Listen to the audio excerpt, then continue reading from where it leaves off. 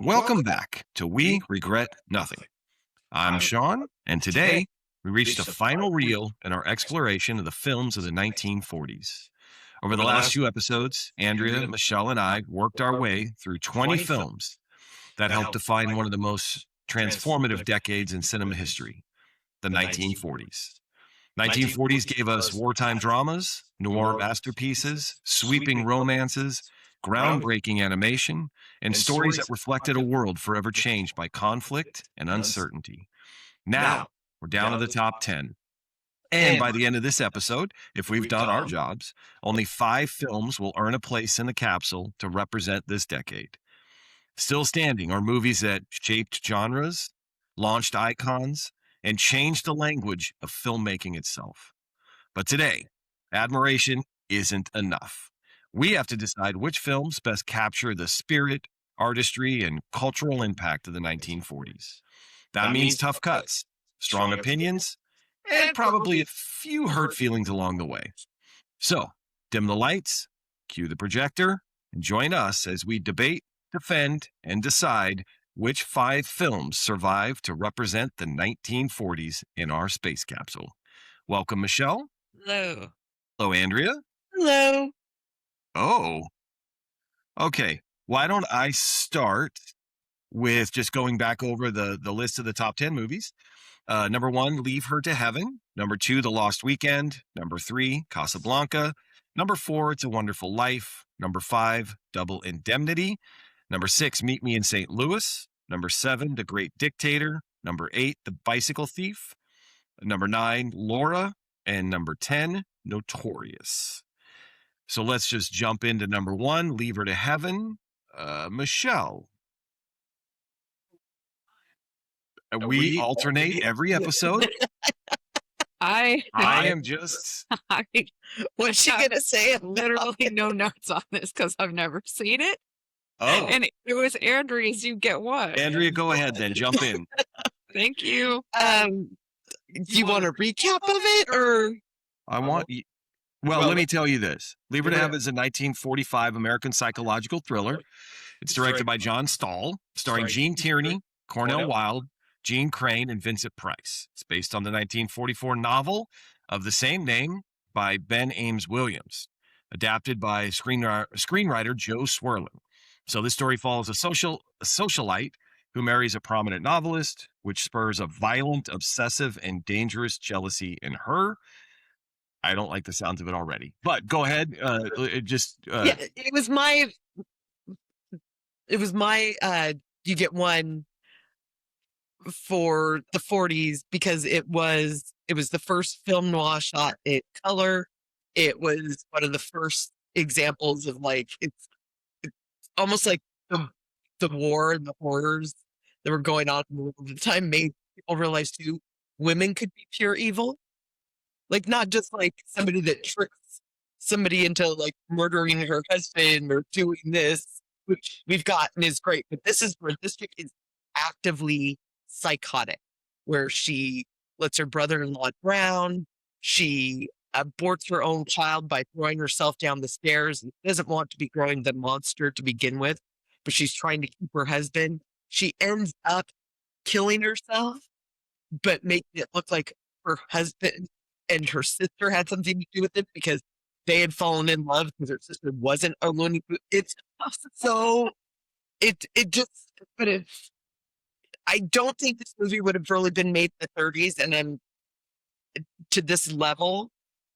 Like, there was always like something that could be redeemed but in this there's nothing redeemable. It's like the first time that I saw a woman character that I was just die. You were insane. And I think I picked it. I know I picked it because to me it was 40s, not in the 30s, and 50s then picked it up and ran with it.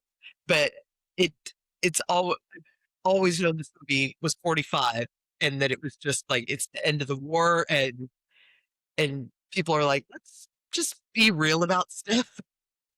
And that's what this movie symbolized to me. Okay. And Michelle, you've never seen this movie?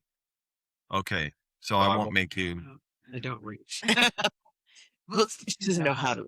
Yeah. That's So yeah, or- in May of 1944, 20th Century Fox exec Daryl Zanuck, we've talked about Daryl, but Daryl purchased the rights to Ben Ames's Williams' then unpublished novel called Leave Her to Heaven, planning a screen adaptation. The studio spent $100,000 in 1944.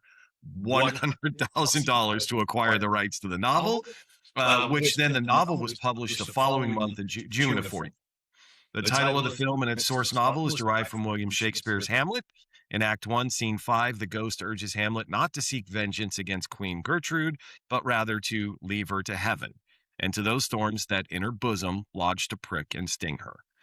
I just wanted to say bosom. But in November of 44, Production Code Administration approved Joe Swirling's screenplay, though they strongly encouraged the studio to minimize the depiction of Ellen inducing her own miscarriage.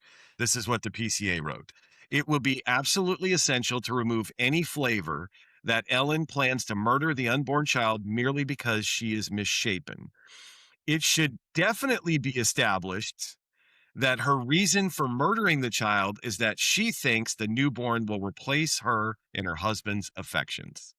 That's what the production code, that's what they wanted this to be. This is important in order to avoid any of the flavor. They said flavor twice. This is it.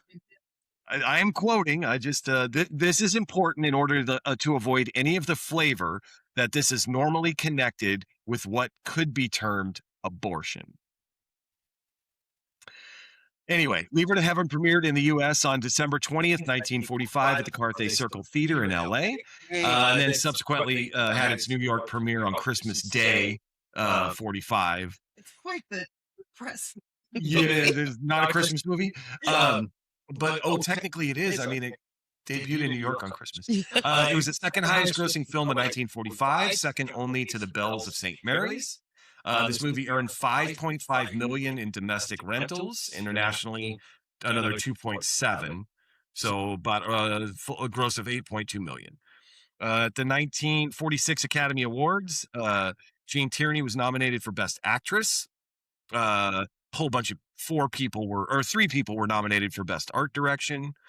Leon Shamroy won an Academy Award for Best Cinematography, Color. I'm assuming from this, and I should have looked, but I just assumed that they had two categories for Best Cinematography at the Academy Awards, black and white and color. Makes sense. They were nominated for Best Sound Recording, and then, nominated for the Grand International Award at the Venice Film Festival. So a lot of awards, a lot of money. It was a good choice by you, Andrea. Thank you. So now, screwing up my whole list. But number 2, we'll start with Michelle. But number 2, you all suck. Number 2 is The Lost Weekend. The Lost Weekend is a 1945 American drama film noir directed by Billy Wilder, and starring Ray Milland and Jane Wyman. It was based on Charles R. Jackson's 1944 novel about an alcoholic writer. Michelle. Again, this one I think captures the very gritty, almost end of the war New York. That people who, and this wasn't necessarily set during the war, I suppose, anytime, which we can talk about in a few minutes. But just the desperation, the pure desperation of knowing what you are, not being able to help it, trying to help it, and then maybe get there, right? Just the constant struggle with it. I like that that Billy had basically modeled, this after Raymond Chandler, and there was I don't think I mentioned this last time, but there was an urban legend that he or that the liquor makers, like the liquor union or whatever, had hired a gangster to obtain, right, to offer Billy Wilder $5 million to get the negative so that he could burn it, because it was going to cast alcohol is Yeah. bad luck. Oh my God.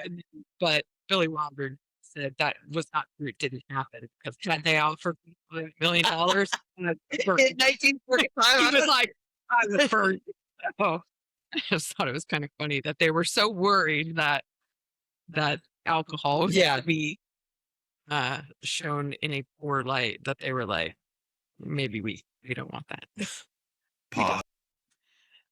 Yeah, so that's about it. I think it was, gritty and hard to watch as, child of an alcoholic, but it was good. Yeah. So there's two parts to what you just said. The first part is, I believe to be true. The second part is urban legend, wrapped into the same. Yeah. thing. So the liquor industry launched a campaign to undermine the film even before its release. Allied Liquor Industries, a national trade organization, wrote an open letter to Paramount warning that anti-drinking groups would use this film to reinstate prohibition. I can see where they're worried. I mean, Prohibition had just been 20 years before. The second part is the urban legend part. The urban legend is that the liquor interest allegedly enlisted gangster Frank Costello to offer Paramount $5 million to buy the film's negative to burn it. As you said, Wilder quipped that if they'd offered me $5 million, I would have burned the negative. But yeah. So this film, I think Michelle brought this up in the last episode, but was nominated for 7 Academy Awards, won 4. Which was Best Picture, Best Director, Best Actor, Best Adapted Screenplay. It shared the Grand Prix at the first Cannes Film Festival, making it one of only 4 films to win both the Academy Award for Best Picture and the highest award at Cannes, other 3 being Marty in 55, Parasite in 2019, and Anora in 2024. So just a little behind-the-scenes stuff but Wilder originally wanted Jose Ferrer, just talking about him last night for the role of Dawn, but he turned it down. And then Charles Brackett's first choice for playing Helen was Olivia de Havilland, but she was involved with a lawsuit that prevented her from being in any movie until that lawsuit was settled. I meant to go back up and look what that was, but that's just me being nosy. With a lawsuit. And then there were rumors that Katharine Hepburn and Jean Arthur were considered for the role as well, but yeah. And Michelle, another good addition. Both of you had good ones. So number 3, to get me back on track, Michelle's going again, just to be clear. But number 3 is Casablanca. Casablanca is 1942 American romantic drama film directed by Michael Curtiz, starring Humphrey Bogart, Ingrid Bergman, and Paul Henreid. Filmed and set during World War II, it focuses on an American expat, Bogart, who must choose between his love for a woman, Bergman, and helping her husband, Henry, escape from the Vichy-controlled city of Casablanca to continue his fight against the Nazis. Michelle? I mean, I think we touched on this. Just it's iconic, right? I don't think, again, you talk about this a lot, or at least I do. You can ask someone on the street, or you can, you could say, "Play it again, Sam," even though we all know that's not exactly what he said. But people will know what you're talking about. And maybe they can't put it in but anyone of our age or older knows what this is, can completely place it, when it takes place. And that it's just, everybody knows this film. That's why we have a movie called The Usual Suspects. Round up the usual suspects. This movie is iconic, and it is for a reason. And yeah, I love that they released it so close to the Allied invasion in Africa, just keeping everything. It's funny that you can't use him in the end. You wonder if it would be. I don't know. She leaves too, and everyone comes to Rick's, right, in the story. So in the book, so I kind of like that too.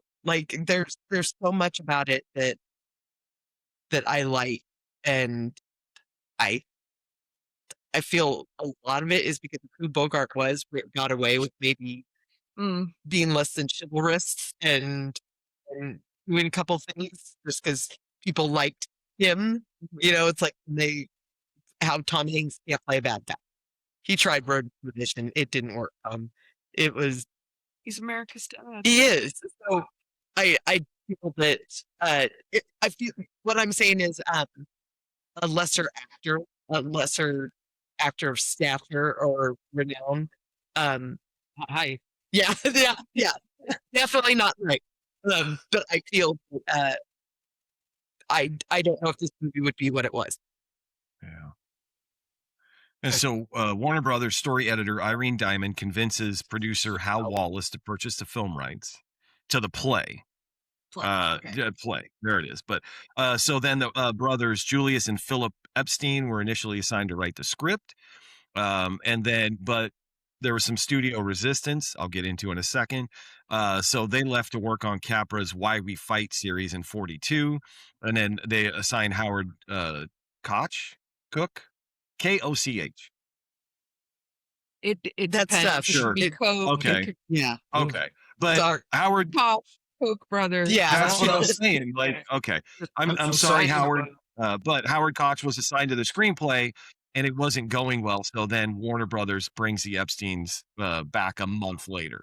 And so they do share credit on this, but Howard, okay. But I just want to talk about the Epsteins for a second because the Epsteins are born to a Jewish family in 1909 in New York, raised on the Lower East Side of Manhattan. They are identical twins. And their father, Harry, was a livery stable owner in the days when horses were all that was used in the city. And so they were able to go to Penn State College. That's what it was called then. It's now Penn State University. But both of the brothers, Julius and I just lost his name, but both of the brothers went to Penn State. Following college, briefly, Philip took up acting. He was fascinated with acting, but Julius became a professional boxer. And so shortly after that, neither one of them really were enjoying their careers. So they both packed up and headed to Hollywood, hoping to work in the movie industry.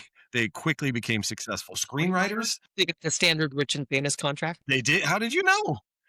But here's where the reason that going back that they were brought off of this initially as the screenwriters, Jack Warner, head of Warner Brothers, had a love-hate relationship with the twins. He was upset because he could never argue with their commercial success, but he hated their pranks, their work habits, and the hours that they kept.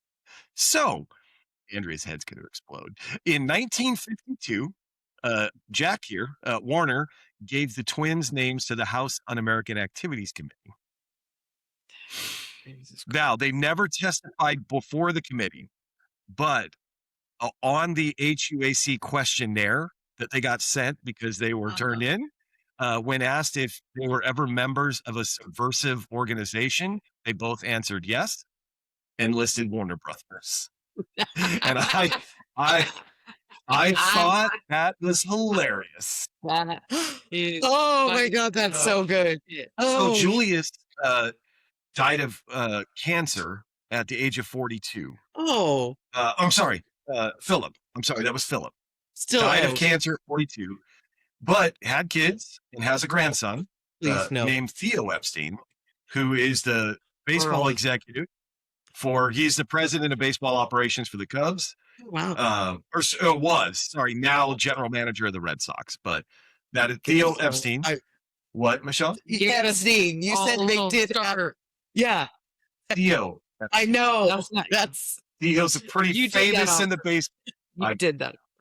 You did. So Motherfucker. his twin brother Julius outlived him by 48 years. He died at age 91 in 2000, but the stories are he never got over his brother's death. I bet he didn't. But he did keep working. So Julius,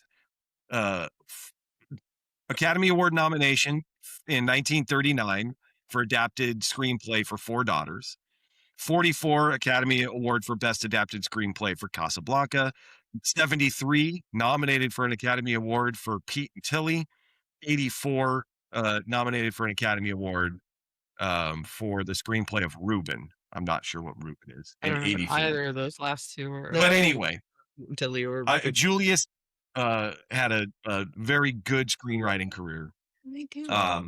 Yeah, and I just wanted to talk about I about also the I also have a quote from him that when the screenplay, when it was finished, he said that the screenplay, I quote, contained more corn than in the states of Kansas and Iowa combined. But when corn worked, there's nothing better. True statement. Oh, Okay, number four. Number four is It's a Wonderful Life. Directed and produced by Frank Capra, the 1946 American Christmas fantasy drama It's a Wonderful Life features James Stewart in the role of George Bailey. The story follows Bailey, a man who sidelined his own aspirations to support his community and then contemplates suicide on Christmas Eve. His guardian angel, Clarence Oddbody, intervenes by revealing the profound impact George has had on others and illustrating the grim reality of a world in which he was never born. Andrew. this movie is a classic, and when it came out in 46, it was pretty much panned. Audiences didn't really like it, and I believe that was a direct result of World War II. Like, it was just like, How so? What do you? it's not a wonderful life. Shit happens, and it's tough. You know what, Frank?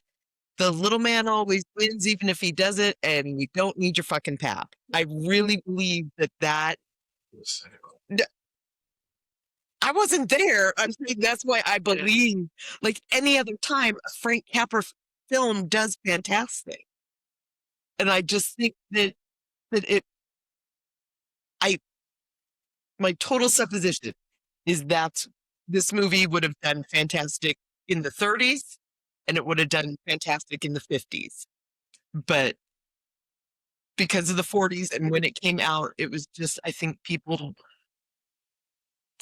maybe didn't look so cheery anymore, especially 46, where you learned more of the horrors of the war, and people came home and told you, or the people that experienced it. But this movie is, number one, the villain doesn't get his comeuppance. Which, to me, and you know me, Sean, you know me pretty well, how I'm always like, but it's not fair. They didn't fucking pay for what they did. After the first time I saw this movie, I never thought on that again. When I was like, wait, they're not gonna, and my mom was like, no.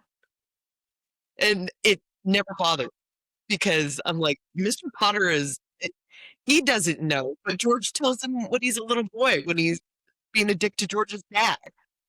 He's just a twisted, shriveled old man, and he's not happy with anything. And that's his hell. He might not know it, but that's his hell. And just the performances in this movie are so good. The part when George goes home after he finds out that Uncle Billy has misplaced $8,000, and the way with his kids, I'm like, George, it's not their fault. Don't be a fucking dick. And I love Jimmy Stewart. I love Jimmy Stewart, and I love George Bailey. And he did such a. It's a really, really, even down to the smallest characters that are fucking Sam Wainwright, like everything, Othello, like it's a classic. Michelle, anything to add? I'm to not that? an ill word to say about this movie. Not one. I would watch it right now. Oh, okay. We'll throw it on. I would say, Andrea, you brought up, I know your feelings about Mr. Potter and all that other stuff, but on May 26, 1947, the FBI, the Federal Bureau of Investigation, issued a memo stating, with regard to the picture It's a Wonderful Life, redacted name, stated in substance that the film represented rather obvious attempts to discredit bankers by casting Lionel Barrymore as a Scrooge type so that he would be the most hated man in this picture. This, according to many of our sources, is a common trick used by communists. In addition, redacted name stated that, I don't know who the redacted name is and I couldn't find it, but in addition, redacted name stated that in his opinion, this picture deliberately maligns the upper class attempting to show the people who had money were mean and despicable characters. And then followed by film historian Andrew Sarris observed as curious that the censors never noticed that the villainous Mr. Potter gets away with robbery without being caught or punished in any way, which goes directly against the Hays Code. Yes. I just wanted to throw out your point was validated at least by this film historian. So Andrew, thank you for that. But maybe the redacted name was William Wyler, who directed The Best Years of Our Lives. He was like, "Fuck, this film's gonna beat me." Oh God. So Michelle brought this up. I think in the last episode, but I wanted to kind of go through. I want to put them together. Andrea said this thing came out to mixed reviews and made no money, and there was some question as to Frank Capra's ability to direct movies that would make money after this. So again, Liberty Films, Capra's company, made this movie. And then in 1951, Liberty Films gets acquired by Paramount Pictures. 4 years later, Paramount sold the film rights to this movie to independent distributor M&A Alexander. No clue who that is, doesn't matter. The acquisition by the aforementioned distributor included key rights to the original television syndication, the original nitrate film elements, the music score, and the film rights to the story on which the film is based, The Greatest Gift. Then National Telefilm Associates, NTA, took over the rights to the film within the next 2 years. Then NTA, there is a clerical error at NTA that prevented the copyright from being renewed properly in 1974. Despite the lapsed copyright, television stations that aired it still had to pay royalties because the film's images had entered public domain, but the film's story was still restricted as a derivative work of the published story, The Greatest Gift, the copyright of which Philip Van Doren Stern had renewed in 1971. So you see, Stern, The Greatest Gift, renews the copyright in 1971, but NTA, everything else associated with this movie, doesn't get renewed. And so then late 1970s, early 1980s, it starts being shown on television. And due to its repeated showings each holiday season on hundreds of local television stations, this becomes it's a very popular Christmas movie. And then in 1998, there was a trial, the Copyright Term Extension Act of 98, and it is mentioned prominently in there as an example.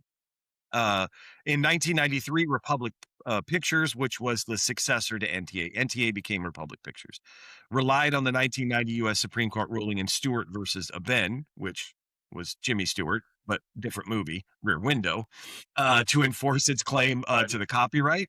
While the film's copyright had not been renewed, Republic still owned the film rights to The Greatest Gift. Thus, the plaintiffs were able to argue its status as derivative work. So stop showing this movie.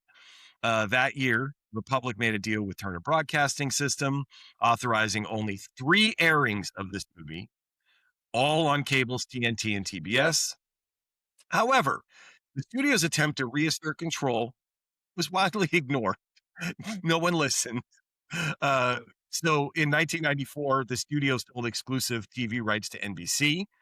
And we're thrilled that we will have the opportunity to broadcast this picture, said NBC Entertainment President Warren Littlefield. We will broadcast the original director's cut in black and white, full length, the way Frank Capra intended this picture to be seen every Christmas Eve. So I took that as like NBC was like, and CBS, everybody was still showing it, even though there was, TBS was like, you can't do this. And they were like, no, we're doing it. So that is what caused this movie to be, what it is, I think. That's what I came up The first year that NBC showed it on Christmas Eve, they did a time with everybody who had a hit show on NBC talking about, so like people from ER. Like their memories of... Yeah, their memories of It's a Wonderful Life. Oh, yeah. Oh. So it was... Do you know what year that was? 94. And so what? ER? Well, I don't want to take us on. ER had been on for yeah, but I was trying to think of the hit shows in 94 on NBC. ER, Seinfeld, Friends. We'll just say Seinfeld. We just need to hear podcasts. That show's so overrated. Okay, podcast over. Thank you, everybody. It's been fun. Number 5, Double Indemnity. Do either of you have anything on Double? We talked a lot about this We movie. did. We did. Anything? Nothing. No. Okay, so if you don't mind, if you'll indulge me, Knock yourself out. I would like to talk about one Billy Wilder. This is the second movie in this episode that we've talked about Billy Wilder. So Samuel Wilder was born on June 22nd, 1906, into a Jewish family in Suka, which is present-day Poland. It's a small town in what is now Poland. Because the name of it, I'm not going to try to pronounce, but it was Austria-Hungary. There was a whole thing. But so the family moves to Vienna in 1916, and Wilder becomes a journalist around 1924 instead of attending the University of Vienna. So he was supposed to go to school, and instead he becomes a journalist. And he's pretty young, 1906 to 1924. 18. He's 18. But 2 years later, this is 1926, jazz leader Paul Whiteman goes on tour in Vienna, Girlfriend Paul. where he was interviewed by Wilder.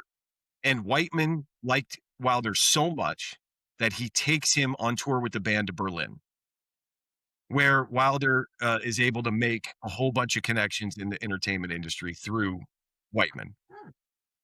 So he makes those and stays in Berlin. Wilder gets a job as a stringer for local newspapers, writing crime and sports stories. Then he's eventually offered a regular job at a Berlin tabloid. Immediately develops an interest in film, and from 1929 to 1933, he began working as a screenwriter, and he produced 12 German films. The rise of the Nazi I was Party, just going to say, when did Billy?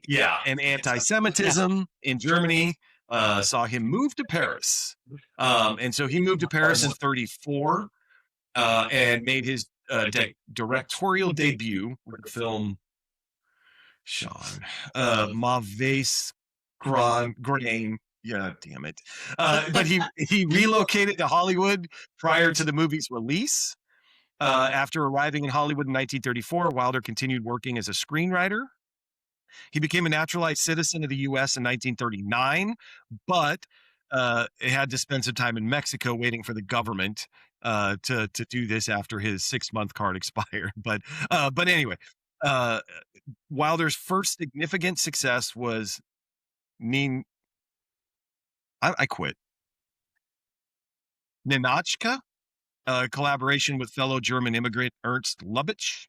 The romantic comedy starred Greta Garbo, who at the time was known as a tragic heroine in these melodramas, and was popularly and critically acclaimed, with the byline "Garbo laughs."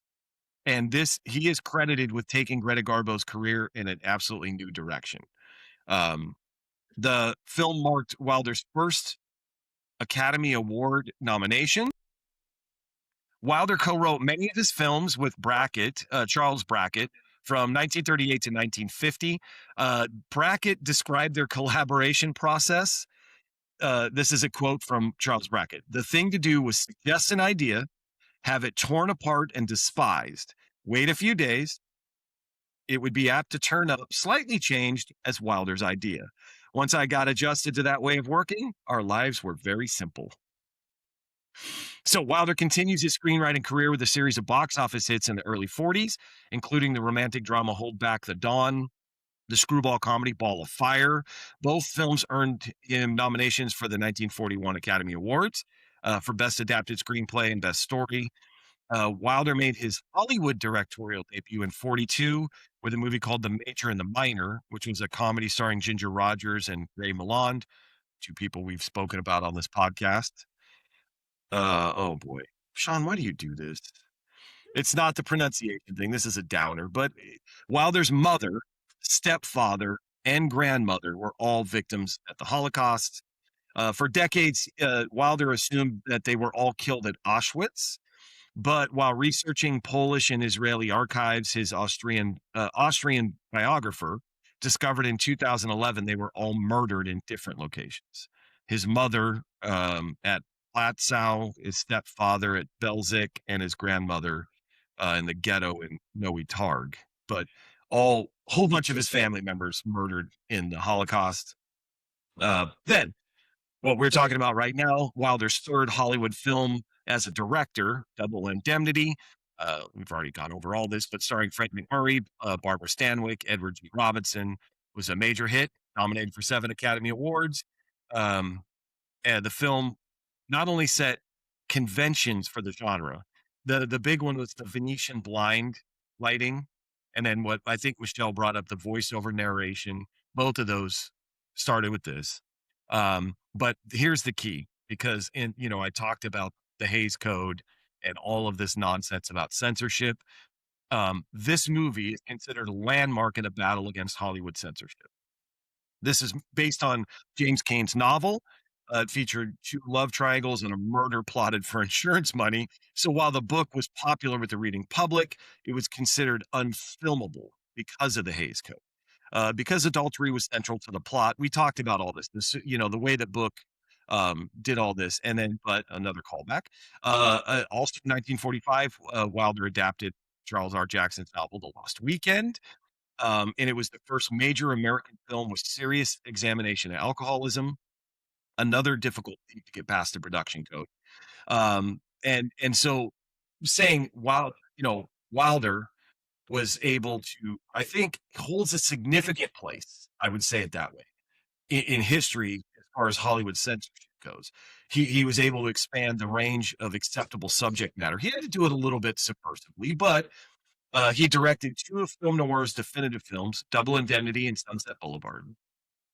And then on all of the list, Billy Wilder he leads the list of films on the AFI's 100 Years, 100 Laughs. He earned the top spot on that with Some Like It Hot. Also on the list are The Apartment, The 7-Year Hitch, which he directed, Ball of Fire, Anachka, which he co-wrote. I mean, the AFI also listed Double Indemnity, Sunset Boulevard, Some Like It Hot, The Apartment on AFI's 100 movies. Again, I could go on and on about all of the rankings of where he's at. I mean, I don't know that I realized, I hear his name all the time and didn't really maybe realize the impact in what he's done. And I always think of him for the movies that I like, the film noir movies, but he's making Some Like It Hot and, these other comical movies that I just didn't appreciate it. So I wanted everybody to know. There's 2 things. I don't want to go on too much. I don't want to run over time, but in 1993, when Belle Epoque won the Academy Award for Best Foreign Film Language Film, he said in his that's the movie. The filmmaker Fernando Truba said in his acceptance speech, "I would like to believe in God in order to thank him, but I just believe in Billy Wilder. So thank you, Mr. Wilder." According to Truba, Wilder called him the day after and told him, "Fernando, it's God." Uh, uh, uh, French filmmaker Michael Baby. Hazanavicius. Sure. Thank Billy Wilder in the 2012 Best Picture Oscar acceptance speech for The Artist. Mhm. So the movie The Artist. His speech was, "I would like to thank the following 3 people. Number 1, I would like to thank Billy Wilder. Number 2, I would like to thank Billy Wilder. And finally, I would like to thank Billy Wilder." So anyway, Billy Wilder's impact on not only Hollywood censorship, but just movie making in general, I just felt like I couldn't let that go unsaid. So thank you for indulging me. He's very likely your favorite director's favorite old director. Mhm. That's a very good way to put it. Well put. Yeah, well put. Okay, number 6, Meet Me in St. Louis. Meet Me in St. Louis is a 1944 American musical film in Technicolor made by MGM, divided into a series of seasonal vignettes starting with the summer of 1903. Relates the story of a year in the life of the Smith family in St. Louis, leading up to the opening of the World's Fair in the spring of 1904. And that is Andrea. Yeah, it is a musical. It's Judy Garland in a musical. It's pretty good cast. Other than that, too, I pushed for it in the top 10 because it's a Technicolor musical. Like, it's just right there. It's got the right amount of happiness and pathos, and some great songs came from this. And Yeah. Michelle? I mean, it looks great, right? I like that it's set in the seasons. And when you know that half the budget was music and sets, it makes total sense. On a rewatch, you're like, oh yeah, well no shit, right? It Yeah. looks great. But let me ask you this. Andrew, you said as far as a musical goes, but before this movie, what was a musical? Was it the same as this? It was? So, like having in the movie, they break out into song or that. I know that we talked about Fred Astaire and stuff like that, but a musical done because I'm asking and I don't know. We say musical, and I feel like Ooh, as you say that, that makes me this. think, because that would be like calling The Wizard of Oz a musical, which I wouldn't call it. See what I'm? That's what I'm saying. So there was a time. This is all just Sean, Dum Dum. No, Feels that's really like good, because like White Christmas isn't a musical. It has correct, music. but it has music in it. Was this? And I'm asked. That's not rhetorical. Was this the first actual musical in that they didn't do musical numbers as in the movie where they break out into song? But because that's just me. I feel like this might have been the first actual musical, but I don't know. But what's making you call it an actual musical? It's the same setup as all other movies that have. I just feel like Songs. this is different. I can't put my finger on it. I But was I would hoping say y'all it's could help me. great musical. That's all. Oh, okay. So if Please tell me. I'm trying to look this up, but I'm also like going to take a stab at it before I do that. For me, like what is a musical? If you held a gun to my head and asked me to define it, I would say it's not just people singing songs. Yeah. It's that the songs move the plot along.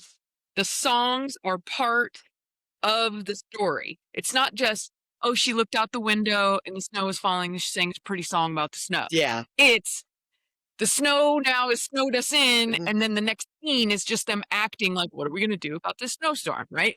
Up to me, and I'm having a hard time finding like what other people actually define this as. Yeah. But for me, songs have to But yes, like plot Rent. along. Rent. Like, That's I mean, exactly Hamilton, something. right? Everybody and yeah. their mom Music. But has yeah, seen Hamilton under that definition, which I like, and move the plot along. that Wizard of Oz is a musical then, under that definition. And I like that definition. Some of those songs move the plot along. Oh. They do not all move the plot. Maybe not then. And this tell might- the story too. Like the songs also tell the Yes. story. Yeah. Okay. I didn't mean to take us down that road. No, I was love just- you. It's great. Thank It's you, a Michelle. great- That's a great It's way a to. great question. It is, and thank you, Michelle, for your.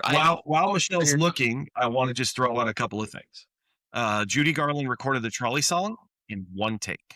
Of course, she did. So if you've ever heard that song, if you've seen it perform, like seen the movie, no retakes, no overdubs, just one take. Okay. So I mean, Go ahead. We all know that maybe this isn't, the best reference in the world, but Wikipedia defines a musical film, which is what we're talking about, right?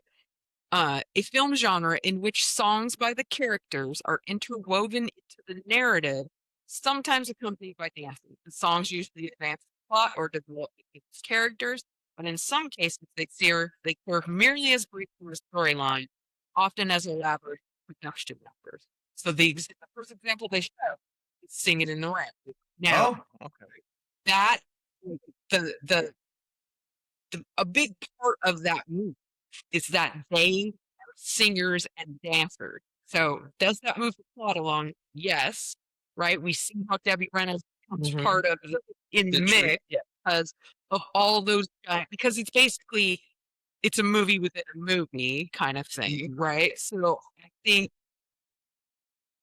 what else? And they are saying that Rogers and Astaire are music films, but that mostly because of the same type of story. They they're entertainers, and he came into town and he had to hire the new gal or whatever. And then the big production numbers are just showing you that's their job. Yeah. Right? That's But they that's do. plain Christmas. Yeah. They're entertainers, and they're showing what God, Michelle just said it again, or said a new thing is showing them just doing their job. Yeah. But I feel like, and maybe Singing in the Rain is maybe this isn't the first, but this I Well, do it's feel a- like Again, Wikipedia. During the 1940s and 50s, musical films from MGM, particularly because that became the big, right? They include Meet Me in St. Louis, Easter Parade, On the Town, American in Paris, Singing in the Rain, Bandwagon, High Society, Gigi. Like it goes on and on, right? Yeah. Yeah, okay, so like here's what I always think of, like just in our time frame. West Side Story. Mm-hmm. Without the music, the plot doesn't move. No. Right? You don't know why he's running through Spanish Harlem singing Maria and one girl comes to the window. Still That's my my favorite. favorite joke I've That's ever my stolen. favorite. Right? You don't know the gangs, Yeah. but you find out why during the musical Mhm. numbers. It moves the plot along. Yeah. So that's in my head. That's yeah, how no, I always- love it. Thank Yeah. you for that. Like I said, I didn't mean to drag us down that road, but No. I just No, there's it's interesting to think I'm a about. curious person. There's things I want to learn. So, three things real quick, and then we'll move on. Have yourself a merry little Christmas. The way that it was sung in the movie is not the original lyrics. Depressing Mhm. hell. Yeah, it Have yourself a merry little Christmas. It may be your last. Yeah. Next year, we may all be living in the past. Judy Garland looked at the songwriter, Hugh Martin, and said, if I sing that to little Margaret, the audience is going to think I'm a monster.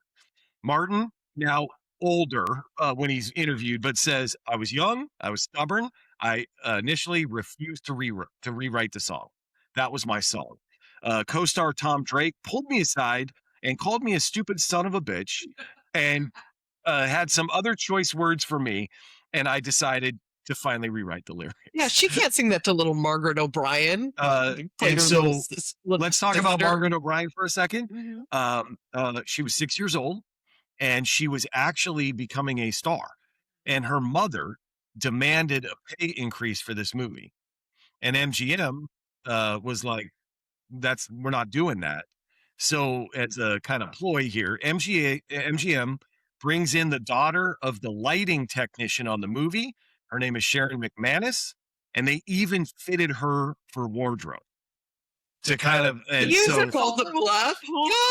God. O'Brien's mom didn't budge and said, Go ahead, let her if sing. you want my daughter, you gotta pay us what she's worth.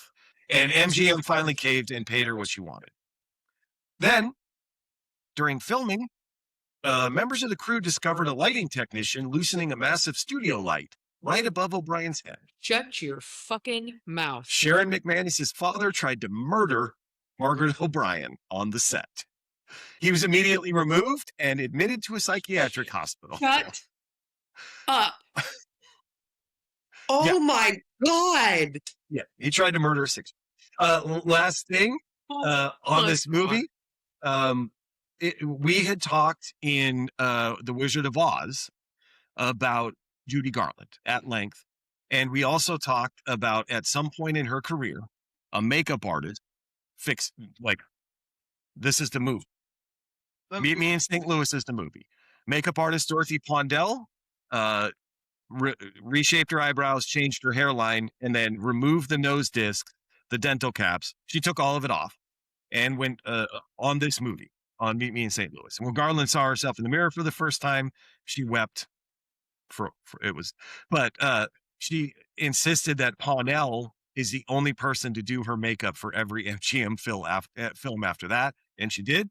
And so this was the movie that happened on. I just thought that was a good call. You know, it is noticeable. It's funny because her face does look slightly good on that woman. Oh, okay. Number 7, The Great Dictator. The Great Dictator is a 1940 American political satire, written, directed, produced by, and starring Charlie Chaplin and that is Michelle. I mean, we talked quite a bit about this too. But that I like that people tried to, well, I don't know that I like, but they, people were like, is this a tramp? And no, it's not. And that, I mean, it was very, very, deeply rooted satire, right? And I bet that there were probably still people who didn't really get it. Really? What? But I just, I just think it's one of those things that like Chaplin was really good at. He had a vision, right? He wrote it, he directed it, started it, produced it. He knew start to finish how he wanted this to go. And I think, for the most part, this of the Chaplins I have seen, this is my favorite one. Same. It's my favorite one. Andrea, anything else? No. Yes. I say no, and then yes, this movie could not have been made without the fascists that were over in Europe. So it is very 40s to me. I don't think it could be made Mhm. any other time. You don't have to. It's not that. You're skirting the line I'm here. skirting, baby. I'm skirting. I'm not dancing. I'm skirting. So yeah. Hold it. Skirt. Hollywood was initially terrified of challenging Hitler due to strict U.S. neutrality laws, and a bigger fear, I think, of losing the lucrative German film market. So Chaplin self-financed this film. He had to. But the film stirred the ire of right-wing politicians and J. Edgar Hoover. So because of the film's progressive, anti-fascist, and pro-humanity messages, Chaplin was accused of being a communist. Yeah, so it would happen to him today. Leading to a massive decline in his public standing. And then let's just talk about 1952. September 1952, Chaplin set sail for London for the premiere of his film Limelight. Right after he left the shore, U.S. Attorney General James McGranery announced that Chaplin's re-entry permit has been revoked. The U.S. government intended to hold an immigration hearing to determine his eligibility to re-enter, labeling him immoral and political undesirable. Rather than return to America to face a hostile immigration board, Chaplin decided to cash out all of his assets from America and settle in Switzerland. Chaplin lived in Switzerland for 20 years. By 1972, political tensions had cooled, and the Academy of Motion Picture Arts and Sciences wanted to award him an honorary Oscar for his incalculable contribution to cinema. Chaplin decides to return to the U.S. to accept the award and receives a 12-minute standing ovation, which is the longest in Oscar history. Just didn't know that. These are some things Sean didn't know and just wanted to talk about.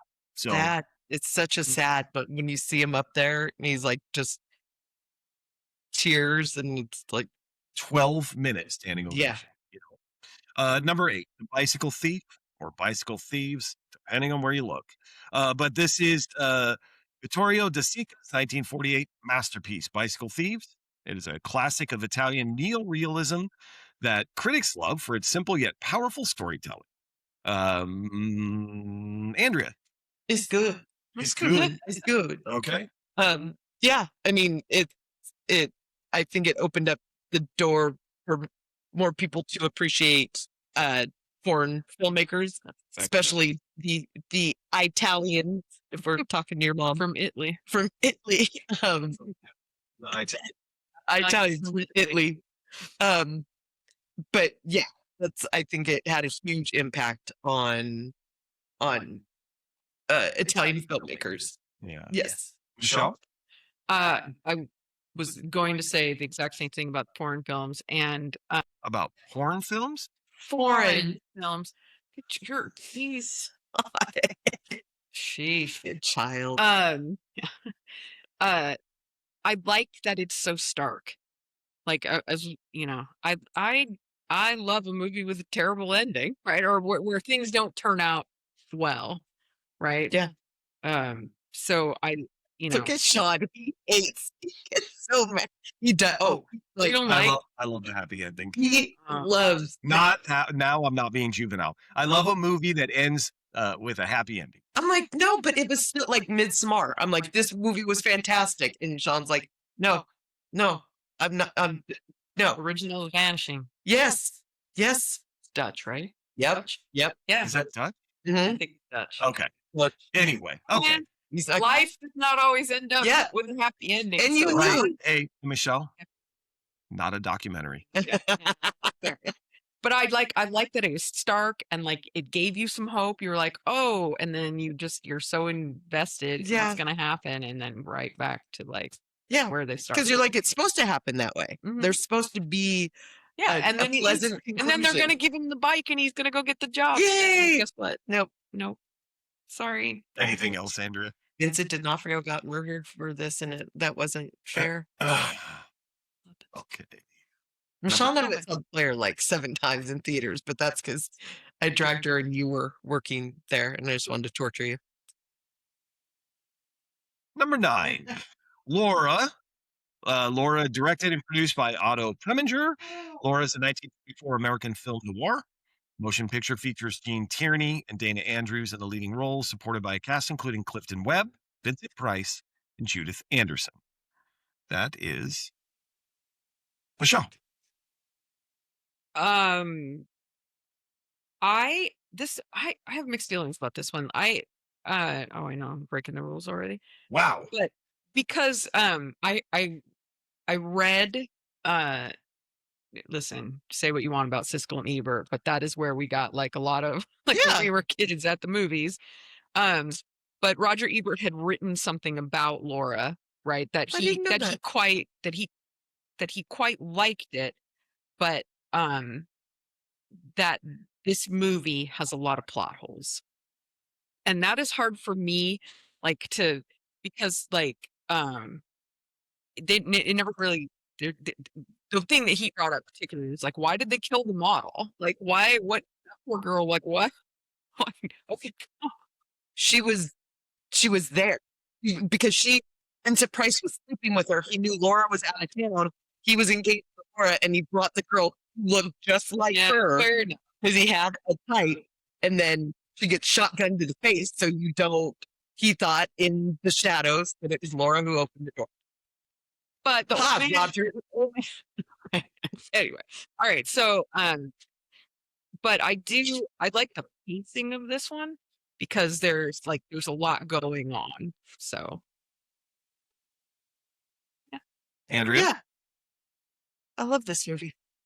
But I can understand. I remember when I was younger, I was always like, they couldn't tell that it wasn't her. And I'm like, no, he has a type. He's sleeping with her. It's that I've never things that I did. And then I was like, she was shotgun into the face, so it had to have been messy. I love, like Michelle just said, the pacing. I love the big reveal. You know, obviously, as we said, who said spoiler? And sorry, Preston. But you know, Laura is not dead. It's a model that her fiance was paying. But then you even get to the point where you're like, oh shit, did she do it? Like, I will tell you the person who did do it, and now I won't tell you. I will. The person who did do it, I never fucking suspected once. Not once. And okay, it's been 100 years, everybody. Sorry. That's interesting because I feel like it's been a long time since I've seen this, but I feel like I did know, or at least towards the end. Like like you're like, oh, it's the old creepy. Waldo Lidecker. Yeah, it's the old man who just Yeah, you get there, but it's not like when he's telling the story didn't. when he first meets with the detective, and I never thought Spoiler! that. I was a creepy old dude. And he was fantastic. He was. Yeah. Just a couple of tidbits, but in Robert Altman's 1992 film about a murderous Hollywood executive called The Player, What? a framed poster of the movie Laura hangs prominently in the title character Tim Robbins' office. That was just for you. That's a Andrew. really good movie, people. is. If you have not seen The Player, you really should see The Player. And like all Altmans, there's 1,052 people in it. A bazillion, a million. Yep.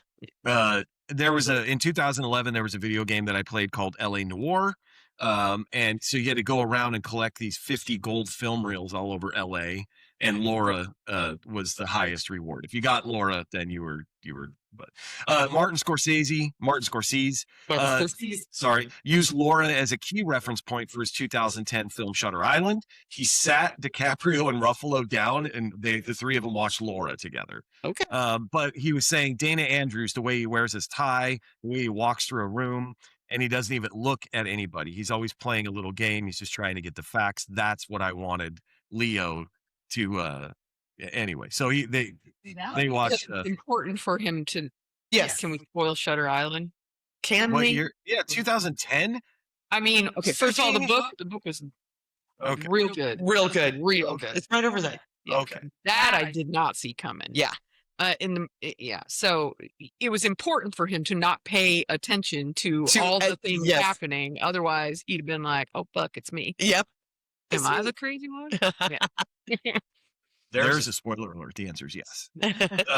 David Raskin's the score for Laura, which didn't have lyric. It was so popular after this movie that lyrics were added following the film's release, and the song became a huge hit. And over the years, the song Laura has been recorded by hundreds, but the top for me, Ella Fitzgerald, Frank Sinatra, Andy Williams, and then on Seth MacFarlane's 2011 debut album, Music is Better Than Words, he covers it as well. So that's all I had. Last one, number 10, Notorious. This is not the 2009 masterpiece about Biggie Smalls, but a 1946 American spy film. So you hold your tongue. That Directed. man. That is the name of a 2009 movie about Biggie Smalls called Notorious. Anyway, this is directed and produced by Alfred Hitchcock, starring Cary Grant, Ingrid Bergman, and Claude Rains, as three people whose lives become intimately entangled during an espionage operation. Andrea. This movie is very good. I do. This is one of my favorite Hitchcock. I feel he kind of. Yeah, I guess we did talk last time about how he kind of broke free and kind of did his own thing. I'm not a fan of Hitch the person, so this is very much separate the art and the artist. But this is so good, and yeah, that's it. Okay, Michelle. That's all I got for you. I'm a big Hitchcock film fan. There's not a lot that for me he does wrong. I love the way his films look, and this is Where is he in this? he is a guest at the party. Okay. Like either right before the key, the exchange of the wine cellar. Yeah, he takes a drink out and passes by. Okay. He's at the party for sure. I just can't remember exactly where. But he's drinking champagne at the party, and actually, not only drinking it, he kills a glass of champagne. And, yeah.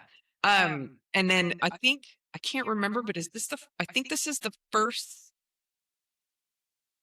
This is the first time he got Alfred Hitchcock's. Oh, okay. Right. Okay. Above. Okay. So Yeah. Because that's how he produced it. Yeah. And directing, but he covered it all with. And then going forward, that was part of his. Yeah. I feel like this is the first one. Alfred Hitchcock. Yeah, where it just says Alfred Hitchcock's Notorious, right? And then from then on, it'll be, Alfred Hitchcock. Their windows. My personal favorite, Rope.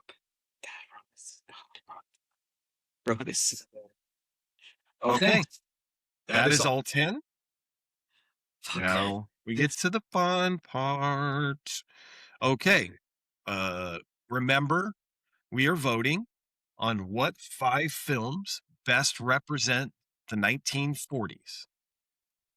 You can take into account cultural impact, lasting memory, what it did for the film industry. All those things are on the table. So, number 1, Leave Her to Heaven. Michelle. No. Andrea. No. You don't get any more. You get ones. The Lost Weekend. Andrea. Yes. Michelle. Don't do it. All right. Yes. I feel like I bullied you into that. I'm sorry. I'm Did sorry. it. Wow. Casablanca. Michelle. Yes. Andrea. Yes. Okay. It's a Wonderful Life. Andrea.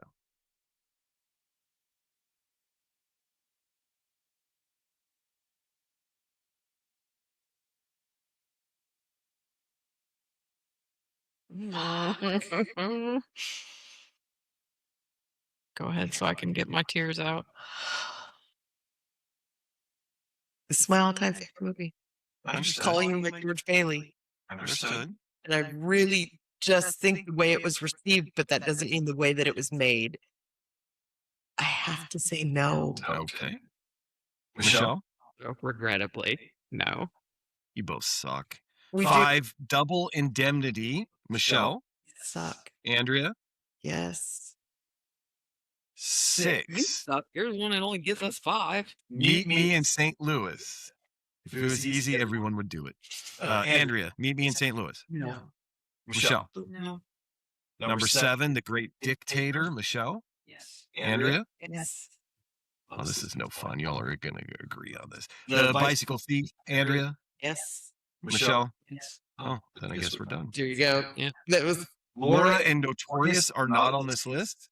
they're not. Okay. Yeah. Okay. Okay, folks. There you I have was it. going to say yes to Laura just for you. Not just for you, but Yeah, so I that know. you know. Yeah.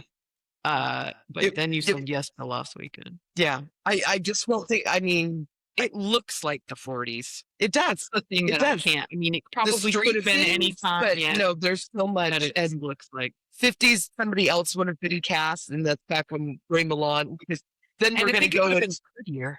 yeah. I feel like it would have been prettier. Mhm. And that's a movie that can't be pretty. No. Okay. No. Okay, well, I mean, listen, we have our 5. Yay! There was no drama and no arguing, and that's very disappointing. to me. We will We're fight. going to cry Uh, later. yeah. When this cuts out, we're going to have a drink. Okay, folks. For It's a Wonderful Life. Here are our 5 movies that represent the 1940s. The Lost Weekend, Casablanca, Double Indemnity, The Great Dictator, The Bicycle Thief. That's it. Wow. That's our 5. Our Hey, five. so thank you, everybody. If you're still with us, thanks for listening, putting up with us. And don't forget to like, follow, subscribe, wherever you're ingesting your podcasts. And hit us up on our socials, wherever we are. The only thing we're not on is X, because X sucks. But hit us up. Leave a comment here if you want, whichever it may be. But just remember, we regret nothing.